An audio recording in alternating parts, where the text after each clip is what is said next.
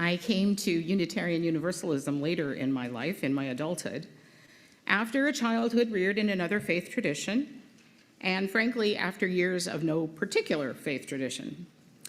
Now, I cherish my church community, and I also cherish our faith's healing message of love at the center of it all.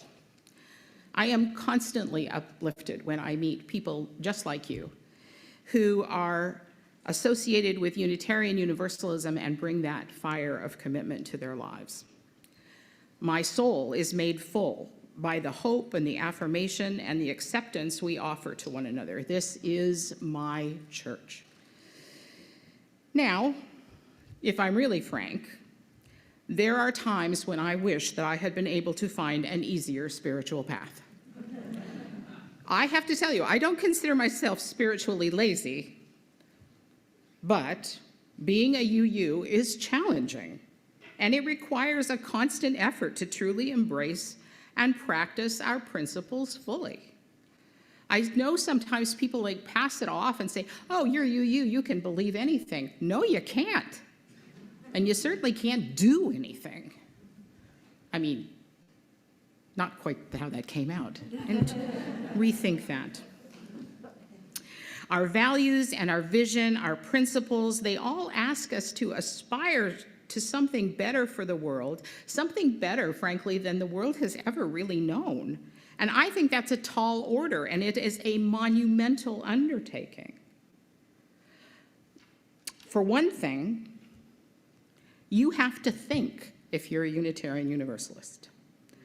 Now, I know that UUs love to think, and they love to talk about thinking, and then they like to think some more.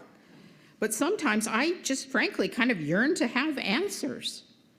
I think it would kind of be nice sometimes to just have prescribed steps and a clearer idea of what is ahead. But in our faith, we are at the center of taking action and making things happen. If it's going to be, it's up to me. We aren't a group who are just sitting around waiting to be saved by some outside force or God or miracle. And another thing, our principles ask us to focus on creating a better world for everyone, not just for a specific, select few. The world and the people in it do not make this an easy task. Despite millennia of occupying this planet together, we still have trouble showing each other even modicums of basic respect and dignity. We fight and we poke at each other, we disrespect each other's boundaries, and we privilege ourselves over our fellow beings. So in my doubtful moments, I think we might have been better off to commit ourselves perhaps to something much easier, maybe finding a cure for the common cold. Anything other than trying to create wholeness in the world. And then, as I'm sure you do, if you have doubtful moments, you come back to your senses and your soul and your deepest desires and your spirit's promptings, and you realize that the vision of beloved community is the only one that I can truly, and probably you can truly embrace and endorse and endeavor to create. I am a Unitarian Universalist. You are Unitarian Universalists, and we share these common desires as we work together to practice our faith. Unitarian Universalists, our vision is vast, and so is our hope. Our yearning is deep, and so is our commitment.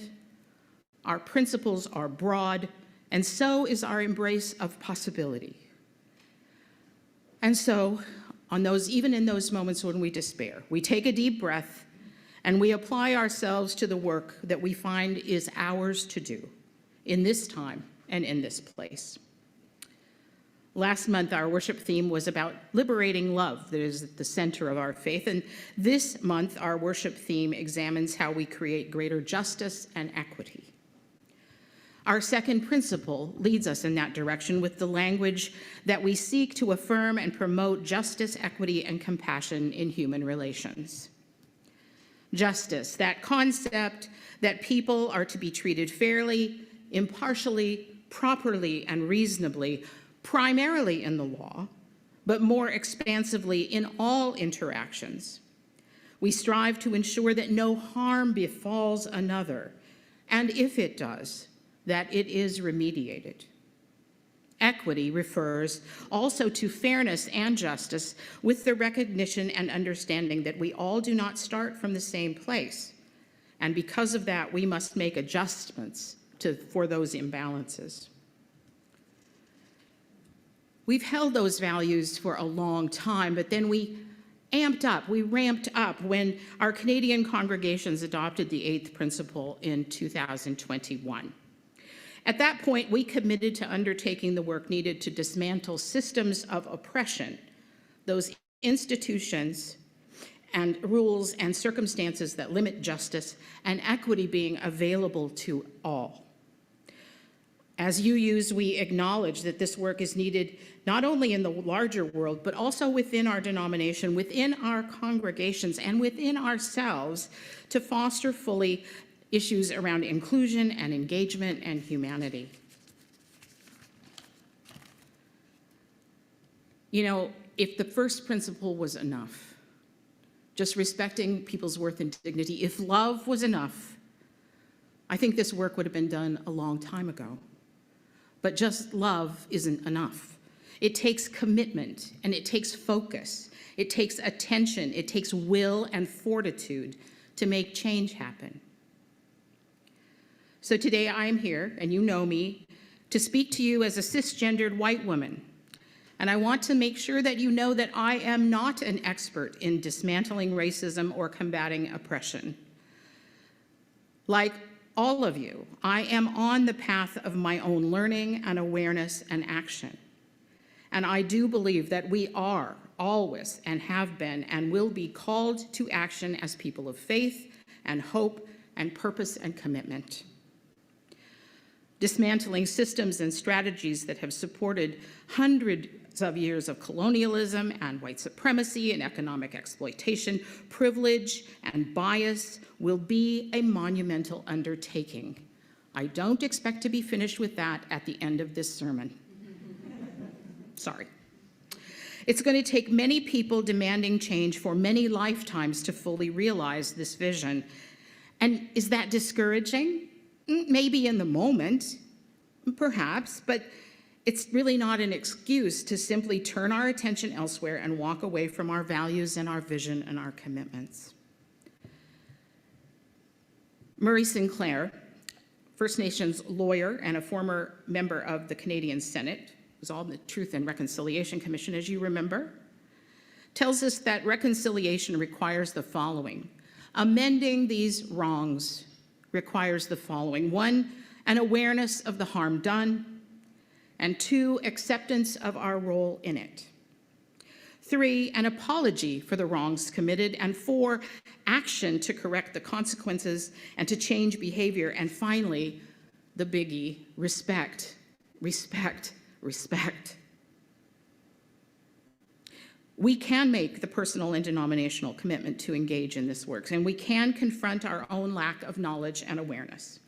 We can learn and listen, and then start taking steps to change ourselves and influence those around us. We can step forward to challenge racist and exclusionary language or actions. And in our announcements, you heard about some opportunities to attend events in Indigenous communities and our Black neighborhood, and things that are happening for Black History Month. See what you can find and take a step out. We can read and research the hidden history we didn't learn about in school. We can choose to be allies and advocates, aligning ourselves with others who share our commitment to a free and just society. We can listen to and care about the stories of others who want or need to share their experience to heal the wounds of oppression, violence, repression, and persecution. Nothing that is coming to light about the impacts of systemic inequality is new. For some of us, it has been a reality and a part of our story for thousands of years, and for others, it is just being unveiled. Our eyes are being opened to realities that we have not had shared with us, we didn't know about, but we are learning now. We are learning about how systems of oppression have existed and been allowed to hold sway for hundreds of years. What we are seeing and hearing, and sometimes not liking the fact that it continues to exist in our culture today, well, we're being called then to do something about it, to make sure that these practices do not live on and hurt more people, end more lives, limit more progress, or deny more humanity. It is comfortable to sit sometimes in our habits and our accepted procedures and ways of doing things, in being comfortable in what it is that we know. But the question is whether we are being held captive to those accepted procedures and habits, or whether they are facilitating what it is we say we want to achieve and do. So therefore, a part of the work is examining our habits and procedures for the ways that they privilege some and negatively impact the lives of others, for what helps us and for what limits us. Sometimes that needs to start in our own lives, in our own hearts, and we need to take a real moral inventory internally of where we've showed up and where we've fallen short. And frankly, taking that action can lead to feelings of regret and grief and sadness and loss. It'll also point out to us that there is much that needs to be dismantled and broken down. And we know that power seldom gives up easily. Those in power are way too invested in the status quo to want to voluntarily give up wealth and influence and comfort. But old strategies don't solve problems. And while we are not responsible for the actions and choices of our ancestors, of my ancestors, I am and we are accountable for what our actions and our choices are now. Making changes asks us to face our fear and keep moving forward. And I know that can seem daunting. It daunts me on a regular basis, but we have a foundation in our faith to give us the ability to hold together through the struggle. We have faith in the power of love, in the triumph of good, of the ability of the world to heal. We have seen examples, we just want to see more. And I think that we can use our faith to turn wounds, ours and the world's, into wisdom. Part of that process, frankly, is going to be weathering pushback and anger and disagreement and being wrong. Ralph Waldo Emerson said, "Let me never fall into the vulgar mistake of dreaming that I am persecuted whenever I am contradicted." You may have seen examples of that. I believe we must become aware of how white supremacy culture has shaped our definitions of what is proper or right behavior and what is not. We must learn that not all cultures and people accept that our rules are the best or the only ones that are worth living by. To stay in relationship and in the conversation, we must learn to be resilient and adaptable and curious, as opposed to righteous and stubborn and insular. That's right, it involves a great deal of humility. All of us are ancestors in the making. What do we want to leave as our legacy and message to the future? There are times when we need to step up, and there are times when we need to step back and remember that perhaps we shouldn't always be leading the parade. Again, with humility, we should not always be making decisions about what must happen in situations where we don't have all the necessary information or the perspectives or the history or the cultural wisdom or even the tools. Sometimes when I consider all that I know, that I need to unknow, all that I have learned that I need to unlearn, and all of the blunders that I know I will make along the way. I wish I could just stay in my comfortable little niche and ignore the world's problems. I know there will be people who choose to do that, but they probably won't be Unitarian Universalists. I think it's a perfectly normal reaction to want to pull in sometimes. Sometimes you need that space. It's just not an excuse to stay there. Because my UU faith, my values, my soul and heart tell me that I am called, as you are, to do more. That this time in history is an opportunity to get closer to a just and equitable world. So what I believe I must do is move toward living with a degree of integrity, because that is an important part of my UU faith. You've heard it said many times. Unitarian minister Theodore Parker told us that the moral arc of the universe bends toward justice. So let's put our efforts into the fight for justice and equity to keep working on bending that arc, to work for a diverse, multicultural, beloved community where everyone and all thrive, to live in a world where every person has the right and the opportunity to flourish with dignity and wholeness. And when that is our reality, then perhaps we can move our attention back to finding a cure for the common cold.